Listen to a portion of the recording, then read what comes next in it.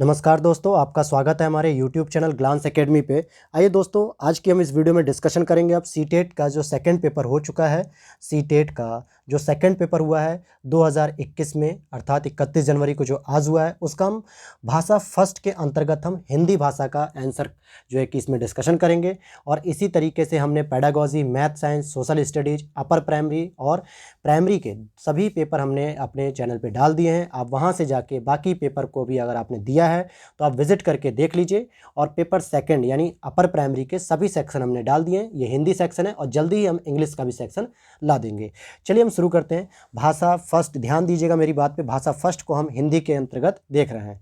चलिए हम शुरू करते हैं अपने पहले क्वेश्चन से। 91 क्वेश्चन क्या कह रहा है आपसे, गद्यांश में निहित मुख्य संदेश। अब देखिए, गद्यांश तो हम यहाँ नहीं पढ़ेंगे क्योंकि आपने पढ़ा है अगर पेपर दिया होगा तो इसका सही आंसर होगा, क्योंकि हम यहाँ पे केवल आंसर की बात करेंगे। एक्सप्लेनेशन हम अगली वीडियो में लेके आएंगे जल्दी ही। तो यहाँ पे जो मुख्य उद्देश्य है वो है बी ऑप्शन कि सफलता के लिए लगन और परिश्रम आवश्यक है इस गद्यांश के अनुसार। क्वेश्चन नंबर 92 की अगर हम बात करें, आश्चर्यचकित का जब हम विग्रह करेंगे तो उसका हो जाएगा बी ऑप्शन, आश्चर्य से चकित। अगले प्रश्न की ओर चलते हैं। व्यंग क्रिया का सबसे उपयुक्त अर्थ क्या होगा, तो इसका सही जवाब हो जाएगा 4 यानी कि उपहास करना या उपहास किया। क्वेश्चन नंबर 94 हम देखेंगे, पौष्टिक खुराक में दोनों शब्द क्या है क्रमशः। अगर हम देखते हैं तो इसका सही जवाब हो जाएगा सी, तत्सम और एक आगत। एक तत्सम शब्द है पौष्टिक और एक खुराक है आगत शब्द। चलिए हम क्वेश्चन नंबर 95 की तरफ चलते हैं, हम जल्दी से आ जाइए। हम क्वेश्चन नंबर 95 को देखते हैं। क्या कहता है, तुम्हें कौन सा खेलों में भाग लेना है। भावार्थ की दृष्टि से देखें तो क्या निकलता है, जैसे हम कहते हैं ना, तुम्हें कौन सा खेलों में भाग लेना है, तो इस तरीके से 95 का हो जाएगा 2 यानी कि प्रश्नवाचक वाक्य। यहाँ पूछा जा रहा है कि तुम्हें कौन सा खेलों में भाग लेना है, यानी कि किस खेल में आपको भाग लेना है। लेकिन ध्यान दीजिएगा कि यहाँ पे प्रश्नवाचक चिन्ह नहीं है दोस्तों, तो इसलिए इसका बी ऑप्शन नहीं होगा, गलत हो गया। यहाँ पे 4 ऑप्शन होना चाहिए, निषेधात्मक। जैसे हम कहते हैं ना, किसी लड़की से जब कहते हैं या किसी लड़के से कि तुमको कौन सा खेल में भाग लेना, तुम चुपचाप घर बैठो, तो यानी हम उसको रोक रहे होते हैं। तो इसका सही ऑप्शन हो जाएगा 4। ठीक है दोस्तों, 4 ऑप्शन हो जाएगा, 95 का 4। और अगले क्वेश्चन की ओर चलते हैं। 96, लड़की के सवाल पूछने पर छात्र हंस पड़े क्योंकि खेल नहीं सकती थी। लड़की खेल नहीं सकती थी, ऐसा पैराग्राफ के अकॉर्डिंग हम मानेंगे। ठीक है, तो 96 का क्या हो जाएगा फर्स्ट। क्वेश्चन नंबर 97 की बात करेंगे। आपके विचार से लड़की को सफलता की सबसे बड़ी प्रेरणा किसने दी है, तो उसकी माँ ने दी है, तो बी ऑप्शन हो जाएगा 97 का बी। एंड 98 की बात करेंगे तो शिक्षक के उत्तर से उसके बारे में धारणा बनती है कि वह क्या है, कठोर था। क्या बनता है, कठोर, तो बी ऑप्शन सही हो जाएगा इसका सेकंड। 99 की बात करेंगे, लड़की के अनुसार सब कुछ संभव है यदि सच्ची लगन और ऊंचा इरादा हो, यानी कि ऑप्शन नंबर फर्स्ट हो जाएगा इसका सही आंसर 99 का। आइए अब हम 100 क्वेश्चन पर चलते हैं। 100 में भी देखिए एक पंक्ति दी हुई है कविता टाइप की, दिशाएं निमंत्रण मुझे दे रही हैं सफलता का यह द्वार। तो इस पंक्ति को या इस पूरे पैराग्राफ को ना पढ़ के हम सीधे प्रश्न को सॉल्व करते हैं। देखिए, इसमें कह रहा है कि कवि को अपनी सफलता पर अटल विश्वास क्यों है, क्योंकि उसे रोक टोक करने वाला कोई नहीं। अगर आप सेकंड पैराग्राफ को पढ़ेंगे तो उसमें यही लिख रहा है कि कोई बाधा नहीं, कोई कुछ नहीं, इसलिए इसका सही आंसर हो जाना चाहिए कि 4 आंसर, उसे कोई रुकावट नहीं दिखाई देती। तो इसका क्या हमने बताया, देखिए 100 का हो जाएगा 4 आंसर, उसे कोई रुकावट नहीं देती है। क्वेश्चन नंबर 101 को देखते हैं। किस पंक्ति से प्रतीत होता है कि कवि का व्यक्तित्व बदल गया है, तो 101 का हो जाएगा 3, मुझे आज लगता है कि मैं वह नहीं हूँ।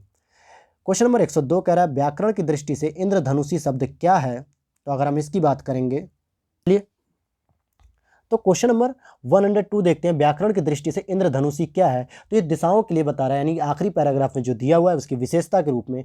तो इसका सही जवाब हो जाएगा 102 का आपका सेकंड ऑप्शन, यानी कि विशेषण एक तरीके से बता रहा है। अगले क्वेश्चन की ओर चलते हैं। क्वेश्चन नंबर 103 पर हम देखते हैं। क्वेश्चन नंबर हमारा 103 क्या है, आइए जल्दी से देखते हैं। अर्थ की दृष्टि से शेष से भिन्न शब्द पहचानिए। तो देखिए, अवरोध, व्यवधान, बाधा, ये तीनों ही एक तरीके से समस्या पैदा करती है, लेकिन डगर क्या है, रास्ता दिखाता है। तो 103 का 4 हो जाएगा। अगले प्रश्न की ओर चलते हैं। कविता का केंद्रीय स्वर है 104 का अगर हम देखते हैं तो उत्साह और आत्मविश्वास। उत्साह और आत्मविश्वास, देखिए केंद्रीय स्वर की बात कर रहे हैं तो यहाँ पर उत्साह और आत्मविश्वास से लबालब है, यानी भरी हुई है, इसीलिए हमने डी ऑप्शन लगाया इसका।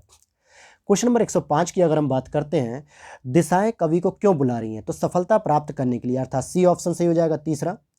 क्वेश्चन नंबर 106 की अगर हम बात करेंगे कि भाषण, परिचर्चा, संवाद बच्चों की मौखिक अभिव्यक्ति की क्षमता का विकास करने में सहायक होती, तो 106 का क्या हो जाएगा, फर्स्ट हो जाएगा सही।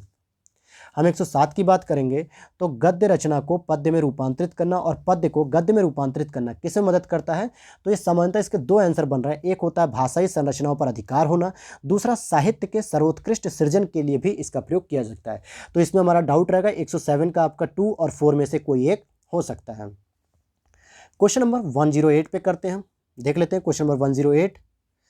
8वीं कक्षा में हिंदी भाषा सीखने सिखाने के लिए आप किस सामग्री को सर्वाधिक महत्व देंगे? तो इसका क्या हो जाएगा सही ऑप्शन? साहित्यिक सामग्री, यानी कि फर्स्ट ऑप्शन सही हो जाएगा। क्वेश्चन नंबर 109 पे चलते हैं। आप छठी कक्षा के बच्चों के लिए हिंदी भाषा सीखने सिखाने की किस पद्धति का समर्थन करेंगे? तो 109 का हो जाएगा सेकंड ऑप्शन, जिसमें बच्चे परस्पर अंतःक्रिया करते हो, यानी कि आपस में इंटरलिंकिंग करते हो। क्वेश्चन नंबर 1010 की अगर हम बात करेंगे, मतलब 110 की, त्रिभाषा सूत्र के अनुसार स्कूल में पहली भाषा जो पढ़ाई जाए वह कौन सी होनी चाहिए? मातृभाषा होनी चाहिए या फिर क्षेत्रीय भाषा होनी चाहिए? यही जो है कि आर्टिकल 351 के तहत भी हमसे कहा जाता है कि बच्चे की शिक्षा मातृभाषा में होनी चाहिए, 351A, ठीक है, मातृभाषा में होनी चाहिए या उसकी जो क्षेत्रीय भाषा है, जैसे तेलुगु हो गई, द्रविड़ हो गई, या हिंदी हो गई, उर्दू हो गई, इसके आधार पर। तो 110 का क्या हो जाएगा? 4 हो जाएगा ऑप्शन। चलिए क्वेश्चन नंबर 111 पर देख लेते हैं। तो 111 क्या कह रहा है? व्याकरण पढ़ाने की आगमन विधि, और आगमन विधि उदाहरणों पर आधारित होती है, इसलिए 111 का बी हो जाएगा। जबकि निगमन विधि किस पे आधारित होती है? सिद्धांतों पे। वो पहले सिद्धांत देती है, फिर उसको उदाहरण के माध्यम से चेक करती है। तो 111 का हो गया आपका बी ऑप्शन, उदाहरण। 112 की बात करते हैं तो भाषा के संदर्भ में संचार माध्यमों का प्रयोग न केवल सामाजिक संवेदनाएं विकसित करता है बल्कि किसको समझने में मदद करता है? तो 112 का हो जाएगा एक, विभिन्न माध्यमों में प्रयुक्त भाषा को भी समझने में मदद करता है। चलिए क्वेश्चन नंबर 113 पर देख लेते हैं हम।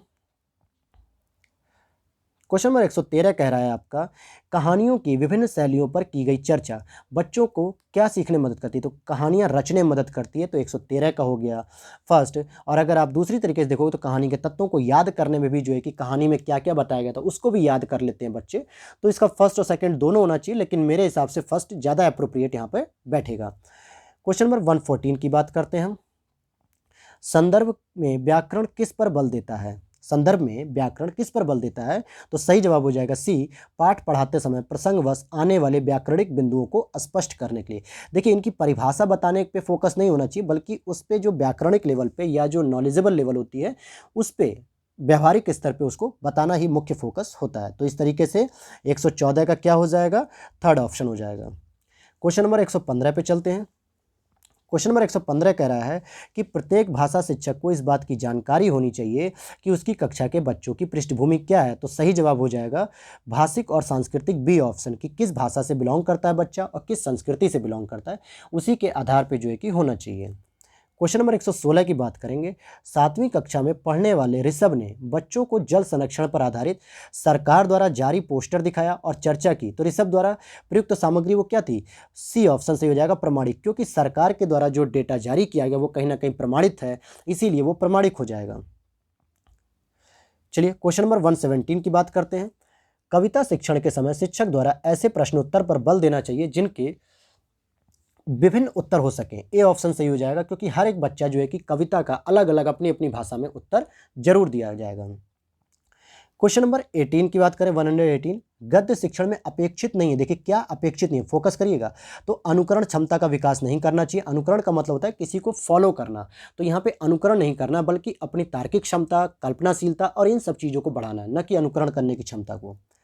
क्वेश्चन नंबर 119 की बात करें तो हिंदी भाषा की पाठ्य पुस्तकों में हिंदीतर भाषाओं की रचना को भी स्थान मिलना चाहिए, ताकि हिंदीतर का मतलब होता है हिंदी के आगे की भी भाषा, यानी हिंदी ही नहीं, हिंदी, अंग्रेजी, उर्दू, मलयाली या जो मलयालम, उड़िया, इन सारी भाषाओं का भी प्रवेश होना चाहिए। तो ये क्यों किया जाएगा? तो इसका सही जवाब हो जाएगा पहला, जिससे कि बच्चे हिंदीतर रचनाओं की भाषिक विशेषताओं से परिचित हो सकें कि हिंदी, उर्दू, अंग्रेजी के सिवा जो अन्य भाषा सीख रहे होंगे उसकी क्या क्या मुख्य विशेषताएँ हैं। आइए क्वेश्चन नंबर 120 और लास्ट है इसका, ये जो हम कर रहे हैं, उच्च प्राथमिक स्तर पर हिंदी भाषा शिक्षण का एक महत्वपूर्ण उद्देश्य क्या है? तो इसका सही जवाब हो जाएगा 120 का 4 ऑप्शन, यानी हिंदी भाषा की नियमबद्ध प्रकृति को पहचानना। ध्यान दीजिएगा, ये जो हमारे पास सेट नंबर था ये एन सेट नंबर था, और ये हमने जो भाषा की है ये भाषा प्रथम के अंतर्गत हमने हिंदी को सॉल्व किया है, और हम जल्दी ही अगली वीडियो लेके आ रहे हैं भाषा द्वितीय पे। क्या लेके आएंगे, भाषा सेकंड पे जो हिंदी होगी हम उसको लेकर आ रहे हैं जल्दी। और ये सेट नंबर n है, अगर आपका n है तो आराम से सीक्वेंस मिल जाएगी। अगर आपके कोई और सीरीज़ है तो आप इसमें क्वेश्चन को भी आगे पीछे करके देख सकते हैं। चलिए इसी के साथ विदा लेना चाहेंगे। जय हिंद।